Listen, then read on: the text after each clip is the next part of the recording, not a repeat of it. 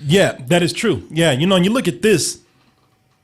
You know, it's like shit. Damn, man, did you man? That was that was not right. I know. That really was some WWE shit. Let you see that right there. Look, Look, gonna knee a blind man in the face. look at this. Where did that dude come from? He wasn't even there when they were fighting. That was a bitch ass move. Like he let those other dudes fight. He's just like, oh, everybody does. Yeah. You know, the thing is, if y'all wearing a shirt from dtmerch.com, I would remember you every time. I mean, who can forget that classic shirt with the black shirt with the white logo right there? I mean, if you were wearing an Artist of the Month shirt, I'd be like, oh, I met you in October. Yeah. Who can forget this vibrant backpack right here? If you're wearing that, I remember you. That backpack's nice. Who am I? You're the guy with the backpack. I know some of y'all gonna come back because that toasted goodness is just too good for you. And when you do, and you subscribe, you can do it many ways. Try your Amazon account. It's just sitting there. You ain't doing nothing with it. And use our Amazon Pay button. Put your username, your password in there. Press enter, and ooh, Jesus feels that toasted goodness. Look at him. Oh my God. There you go. all of the toasted. The holy toasty goodness. The holy toast. Let's go ahead and talk about Daredevil. The man without fear. The man without fear, except the fear getting canceled. Well, he got his out there. Because Netflix ain't playing today. They say we got money, we got some other shows, and all you folks who are, you old timers who thought y'all were grandfathered in, y'all don't mean shit to us no more. Right. Daredevil, the first season came out, the one that kicked it all off, and everybody talked about how good it was. This is the one where it gave everybody hope that Netflix could actually pull this off. They said, let the Avengers go out there and do all that fancy shit. We out here in these streets. Yeah, who's protecting us? Yeah, exactly, man. Yeah, we out here on the corner protecting the hood. Y'all can do all that cosmic shit and fight robots and all that kind of stuff, but who's gonna handle that gangster shit? And that's where these shows came in.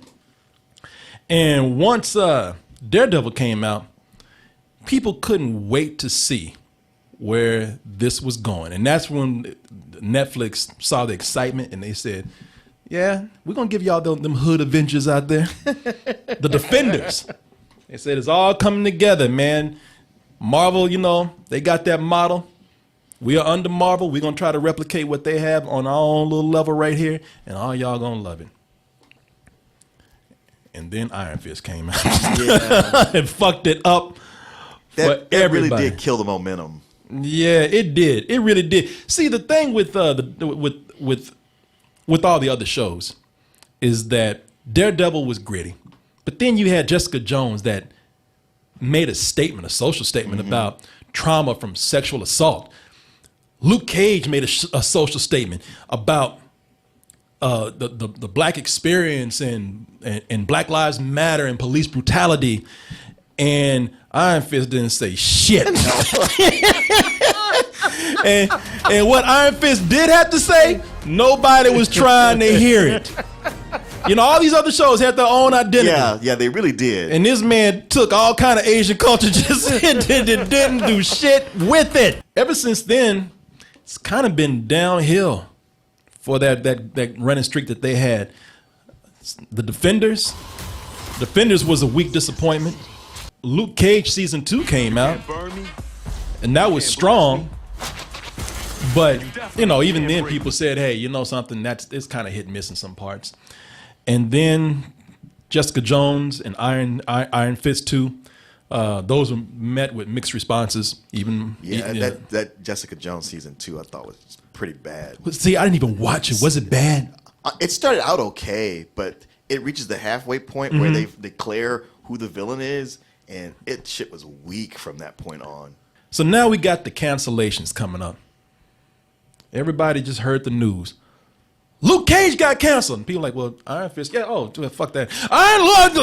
Luke Cage got canceled? That was one of those things when they say, yeah, Iron Fist got canceled. You're like, well, yeah, of course. What took him so long? And Luke Cage. Wait, what? No! What the fuck? What are you doing? One of the things that everybody said, like, don't nobody like Iron Fist.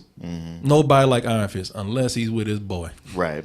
If you remember watching Luke Cage season 2, That's the one people like, oh man, for people like me where I was like, Danny ain't that bad. Oh, yeah, all right. Be like, nah, you ain't seen this man like I have. But everybody loved the fight scene that was in there. And damn shit, even my computer don't like Danny Rand. My computer don't like Iron Fist. Like, I'm trying to play this clip right here, and it's like, yeah. It keeps hiding the play button. My computer's like, I don't want to watch this shit. Everybody loves Iron Fist and Luke Cage together. Right. So you've heard it already out there. I mean, it's no surprise for me. You've heard a lot of people say they're probably, if they're going to do anything, they're probably going to lead up to Heroes for Hire. But some people said between Netflix possibly putting these two characters, Luke Cage and Iron Fist, together and making an anticipated show, and also Daredevil season 3. Mm-hmm. A lot of people out there have said that Daredevil season 3 is not only good, but probably better than the first season. And some people even saying it shouldn't even be as good as it is for a lower budget TV show, right, about a second tier superhero.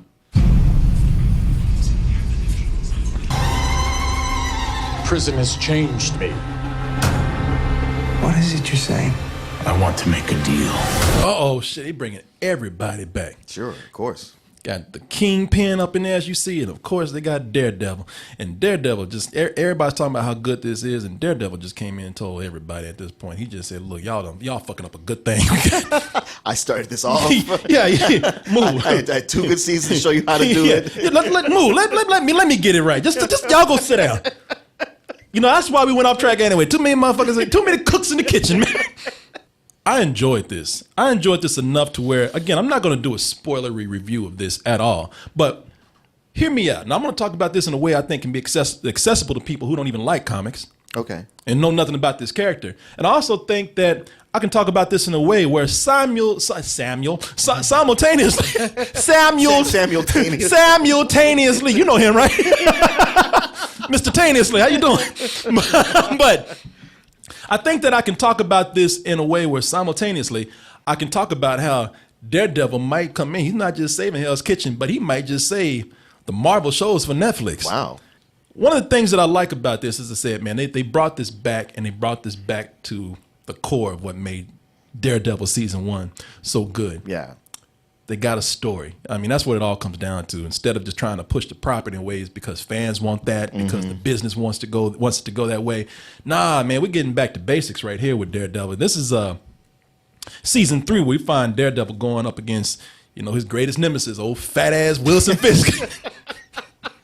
He's like, yeah, keep talking that shit, dog. I'll whoop your ass. I might not run fast, but once I get them ham hocks on you.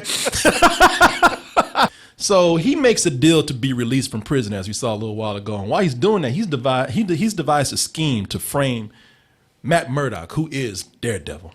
And Fisk also finds another ally and a character that comic book fans love, and sure those who don't know the comics will watch this show and be like, man, that dude's kind of cool, man. Talking about old Ben Poindexter. Oh, that fucking nerd. Oh, Bullseye. Oh shit, I didn't know that was. I don't know who that was. But it threw me off because in comics a lot of times they call him Lester. Mm-hmm. But then, when he appeared in here, I was like, okay, this guy's kind of badass. I wonder if he's somebody. And he called him Poindexter, and I was like, oh shit. I like the way they gave him a name that like prompts you to talk shit about him. Yeah, gives him an excuse to kill you. Yeah, so you can pick up this mouse and throw it at your head, because that's the guy that can throw any object with deadly precision. Yeah. I want to go ahead and talk about this in a way that I'm giving the review, recommending the show, but also giving you points as to why this really could be a resurgence in the Netflix shows. Like I said, I'm only 4 episodes in. I'm really enjoying it because I gotten with the Netflix shows where I'm like, I'm gonna watch it regardless. Let me just go ahead and suffer through this. And I'm like, oh, I'm actually really liking this. This reminded me of watching Daredevil. Yeah. I watched this and I was surprised at how well this show was put together, how well it was made. And that is why I'm saying it's going to have a reflection on the Netflix shows, because this doesn't have to just be for Daredevil, the things that are good with it. Mm-hmm. the things that are good with this could be applied to all these shows. This could be a lesson learned. And let's start out with the first reason why this could be a big boon to the Netflix shows. And number one, it keeps things grounded. Yeah. Because listen, as much as I love the idea of the mystical and the magical being brought into these shows, because I always thought, like, you know what, that brings it closer to the Marvel Cinematic Universe. You know, these guys are grounded, but if this is the world where this stuff kind of happens, every now and then I think it was seep into these other superpowered people's lives. But when they start doing it on the Defenders, that's when shit just got stupid. Well, they don't have the budget for it, so it never looks that good. No. And because Daredevil had us so grounded that all this mystical stuff seemed kind of out of place. Yeah, the first episode, I mean, the first season, and even this season is so grounded that, you know, it did seem out of place unless they had the budget to actually come in and make it look cool. And they did not have it at all. I'm telling you, that shit turned straight up in the mumbo jumbo gumbo up in there, man. You might as well be talking to Miss Cleo or something. Yeah. Iron Fist had been talking about dragons for about 3 shows. Ain't nobody seen one dragon at all. Partial skeleton toward the very end. A big ass paper mache skeleton that cost about $50. Yeah. Did you get from the partial skeleton? I like the way the show even told you. Hey, you want a dragon that flies? You better go over to Game of Thrones. Get the fuck out of here. Tell you what you do. You make your own edit. You edit Game of Thrones with our show. Ask them to borrow some of that stock footage. Yeah. We saw that they don't need money, man, in order to do this. What we saw was essentially an action show. Yeah. And this is more of an action show than a superhero show. And having a lower budget should be an asset. And I think that that's what this season of Daredevil did. It showed you how it's not that we just worked with a lower budget. Is that we actually used it to make certain things better for us. See, in the Marvel Cinematic Universe, it's all about, you know, that's the one with Iron Man and Captain America, Black Panther. You know, that's all about how much CG that we can throw at the screen to show that we got money. And what I like about Daredevil is that they said, you know, we don't need money for CG effects. What we got is great camera work and great fight choreography. That has always been the biggest part of this show. True. That's been the trademark of the show, the fight choreography. And I'll be damned, the moment Daredevil walked his ass out in the hallway, people start fighting his ass. The moment he stepped foot in a hallway. That's a great continuous shot of him fighting one person after the next. And his fights are real. He gets hit a lot and just keeps going. But he has a consistent fighting style also. But it's a lot of being able to fight while on the ground. It's a lot of that, and it's brutal, man. I mean, the fight choreography in this has gotten better season after season. While things might have started to dip in quality, this has gotten better. And it's not just the fight choreography; it is the camera work. Everybody remembers, if you've been watching this, and I'm not spoiling anything because it's in the second episode. If you haven't got to the second episode, you'll get to it and you'll see it in all of its context. But there's one scene here where it's a prison fight. And this is him, not as Daredevil, but as Matt Murdock. So at this point, he's trying to defend himself, but he's trying not to let everybody know he's Daredevil. And at the same time, he is naturally getting his ass whooped.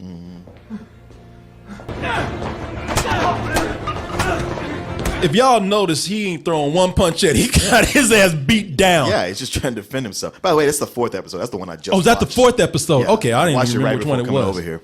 You don't need a lot of money for the great camera work they do. This rivals anything that you would see on the big screen, like in a movie like The Raid or anything like that. Except it doesn't have the flashy kung fu. He gets tired. He's breathing hard through this, and you never see that in any kind of movie or TV show or anything. Oh, Martin, you get on the point I want to talk about in a little bit. I'll talk about it after this point right here. Accessibility. You know, when you're watching these Marvel movies, they're so interconnected. By the time you get to Avengers 4, you ain't gonna know what the fuck you're watching if you have not kept up with it. The benefit of this being an action show where it's not only giving you great action in itself, but also I could show this to anybody at some point. They don't even have to like watch the first series, because it's so pared down. Like they could watch this and they could fall right into it, because it's really and when I say basic, I don't mean that in an insulting way. It really is a basic story of good versus evil, powerful versus weak. Yeah. And I mean, those those are classic themes that work for this. The accessibility level of this show is amazing. And that brings me to your point that you're talking about, which is when you say he gets tired, I have down here that point number 3, he's vulnerable, man. Superheroes that are vulnerable, because we see all these other superheroes. I mean, look, half the time they're CG effects. They get, even Iron Man, who's supposed to be human, his ass get thrown 100 yards across a city, and still get up with no broken bones. He'll be fine guy, and always got that little cut on his head, right. And this, when we were talking about the fight scenes in this, there are moments in here where they beat the fuck out of him, man. There are moments where when you see this, they I'm gonna go up earlier in this scene right here, because there are moments where he's getting beat down. This is how vulnerable he seems. He's getting beat down. You just saw guards in there with like clubs and shields. He's getting beat down by other inmates. I mean, they are throwing him against the wall. This shit turns into WWF, man. If Jesus over there is like, Jesus, I can't save you. Not now. Nah, man, you can see where this is supposed to be a guy with superpowers. Regular dudes are beating his ass.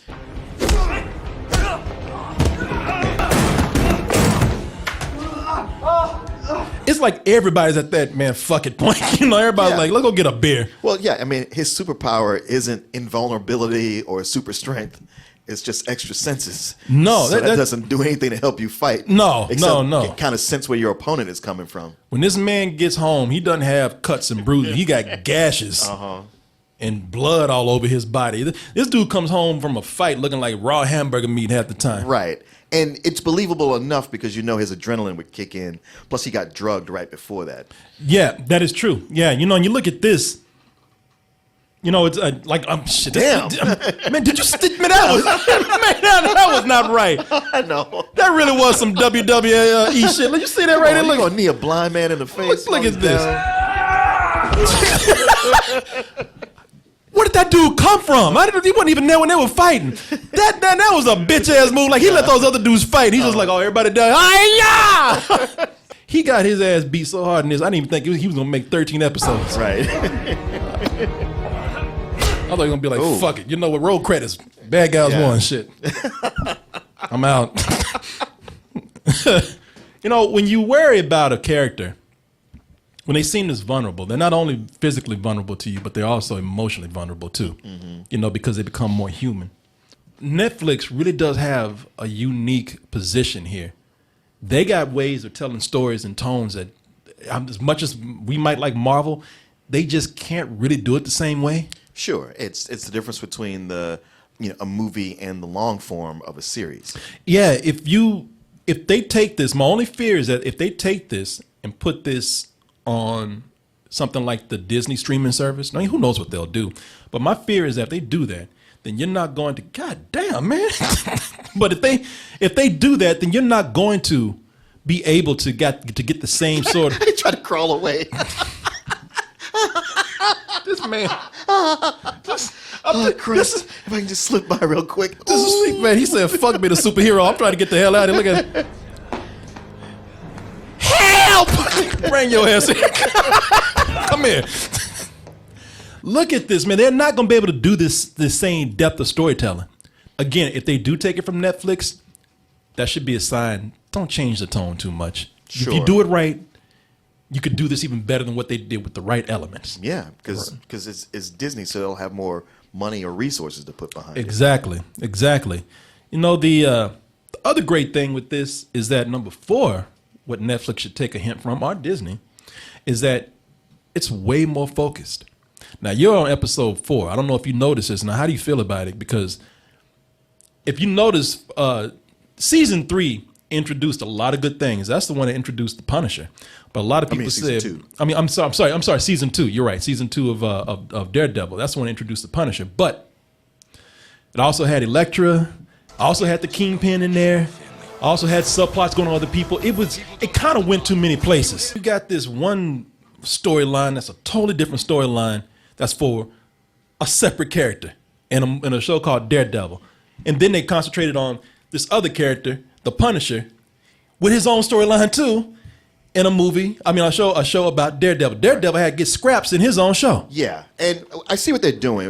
With all 3 seasons, they're pulling a lot of elements from the most popular runs of Daredevil. You're talking about the comic books. Yeah, from the comic books. And even though I'm only 4 episodes in, the way episode 4 ends, I'm like, okay, you guys, for this season, which I thought they might, they're pulling a lot of elements from the Born Again graphic novel or series of books that was collected in the graphic novel, but they're using them out of order, so it's kind of throwing me off. But the thing is that no matter what the reference is from or where they take it from, in this season, it's more focused on one character, the Kingpin that you see right there, right, and how his storyline connects to every character in the show. Now, Sure. you haven't got that far, but one of the things about this show is that it keeps you on edge because Wilson Fisk, the Kingpin, got everybody. Oh, Ain't yeah. nobody making a move without him knowing. Right. Right. Even when they think that they got him, he's already worked it out way ahead of time. He is 10 steps ahead of everybody before this show even got greenlit. Yeah. It was, and it's amazing because what it does, it creates so much tension. It's like, this is a man that has everybody in the palm of his hands. He can just squeeze it at any time, and they would either die or they have to do what he says. It makes you think, I don't care how superpowered these people are. I don't care how much people have influence in government. I don't care how many people have journalistic integrity. That shit don't mean nothing, and it brings a lot of tension in because I don't think any of these people gonna win. It really does look like up until the last minute, like this man is going to pull it together. Like the next spinoff is going to be the Kingpin show. Right. You know? Which brings me to number 5. Keep concentrating on your villains. Everybody said that Marvel had a villain problem. While it was a little bit exaggerated, they really reined it in with Killmonger. Sure. In Black Panther. And what they have going on with Daredevil kind of took a page from Killmonger, and they said, you know what, we have a fearful, scary villain, and that's Bullseye. That's Bullseye from the comics, as we said, a guy named Ben Poindexter. But what they've done is that in the comics, he's just a psycho. He's just a guy, laughing. I love killing. He's just a guy that just typical comic book villain. What they've done here in the show is that they've actually given this guy, and I'm not going to spoil too much for us. I'm not going to show too much with him in there. But what they've done is in the show, they've gone in and given this character a lot of backstory. They've gone in and made this character. They made you feel sympathy for the psycho. And again, when you do something like that, that just leads to stronger character development. Sure. And something. And granted, it makes for really great fight scenes too. You didn't get to the point where you saw like I'll show a little glimpse of this. You don't have to watch if you don't want to, but it's not much. But it's the fight scenes with Bullseye, amazing. What they do with that, it's some of the most badass fight scenes that I've seen in any of these Netflix shows to date. Cool. Just watch this part right here. Watch this. Oh! Yeah. Oh! Man, this dude can't catch a break. Cannot. Yeah, thought you was hiding, huh? Didn't think I saw your ass over there. He does things where he ricochets off stuff. He picks up the smallest object and has such precision with it. And what I love about this is that, you don't question. This is how great the character is written. The character's written so great, you don't question how he got those powers. They don't do a long backstory, mainly because your ass is ducking and throwing shit. Yeah. But they don't. But the character himself is so good. You're so engrossed in his backstory. You never ask, well, shit, where did he get these powers from? You know what? Is this supernatural? Is he inhabited by the ghost of a famous baseball player or some shit? Right, it's right, nothing. right. No, it's nothing like that, man. You don't care because it doesn't matter. They play it down and play up the story more to where you really do find yourself just going with it. You might be like, okay, that's odd, but it's just a guy that's really focused. Gotcha. Maybe I'll find out later. Don't know. Don't really care. All I know is, he throw a baseball at your ass. You hide behind a partition and make it look badass. I'm wrapping it up here with more, and this is number 6, with more grounded material. It means that you get better drama here, man. Yeah. It's not only the characters are better written, but I mean they've got all the details down to where even the minor characters have really great stories, or subplots, or backstories. Eldon Henson, who plays Foggy Nelson, Yeah. much better actor. Mm-hmm. And I think he's a much better actor because he's not just a sidekick anymore. Sure.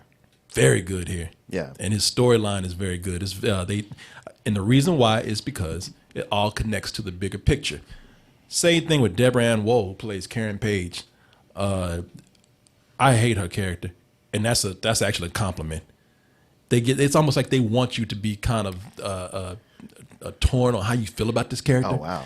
They give her a backstory, and you see some things about her that like, man, why'd you show me that? Oh, wow. I already didn't like this bitch. Now you ain't making it better. But also, it's morally ambiguous to where it's kind of like they ask you.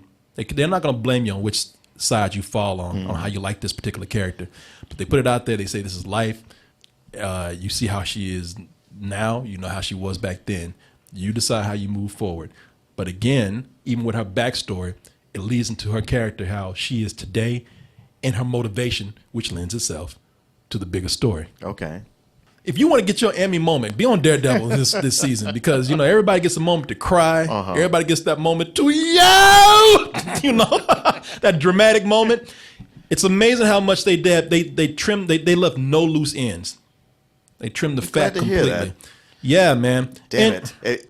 Man, if you had done this show on how it starts out strong but then gets weak, then I could go like, okay, cool, I'll go back to playing Spider-Man.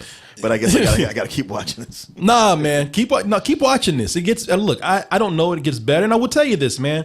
My last point is that number 8 here. They don't try too hard. It's what they were trying too hard to work themselves up to the Defenders. Right. That was the biggest mistake with Daredevil. They pulled back to make it to make it a world where they concentrate on that particular character and only the characters that mean something to his story and the Kingpin story. Yeah. It's not that they forgot about the comic book fans out there. The Kingpin finally got that pimp. He got that white suit. Got that white suit, man. They even got that point where he gets that little rose in there. And look, I ain't got none but pimp suits up in there. That's a man who knows what works. I know, it looks like, which one should I go with? Look, do I think it still needs to be 13 episodes? This would be the one where I say I'm amazed that they were able to actually Fill 13 episodes. They might be able to pull it back, though. They still might be able to. Could be a little tighter. Okay. But this is the one where I thought, okay, you justified all these episodes here. All of them went by quick for me. Okay. But look, man, I know this dude got super blind powers and shit, but blind is blind. All right. And they got this. I think you might have seen this. This might have been episode 2. Look. There's some scenes where they got Daredevil as his alter ego Matt Murdock walking around being the blind man and shit. They show him trying to sneak into places, and he's grabbing shit that only a person who can see knows what's on there. I don't care what kind of powers he has, like this right here.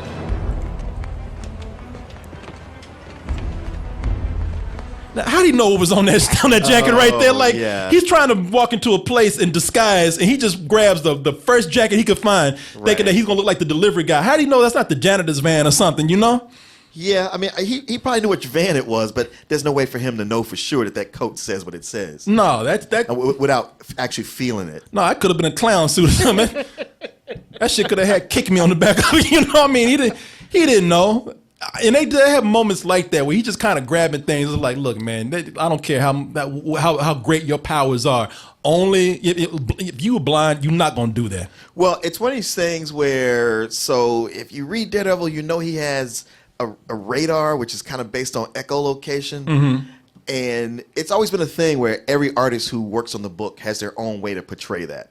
And with these TV shows, I was like, how are they going to do it? And they went, we not. Look, even that dude is like, just, man, look at him. There. He's like, man, that's the wrong suit. You don't belong. That's last year's suit.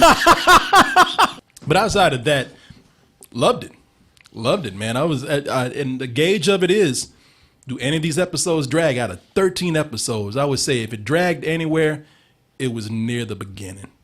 So it picks up later. And all these characters end up in places that you don't see it going. Yeah. It's pretty amazing, man, what they were able to do. So please, I would love to see them continue with the Luke Cage show. I would love to see them continue with a Heroes for Hire, a Luke Cage Iron Fist show. I think they work well together. If they cancel both those shows just so they could put them in one show together, that'd be fine. Yeah, and I'm not saying they have to take every element here, because that only works for something like Daredevil. If they do something like this, it might have a slightly lighter tone, right? Probably a little more humorous. Yeah.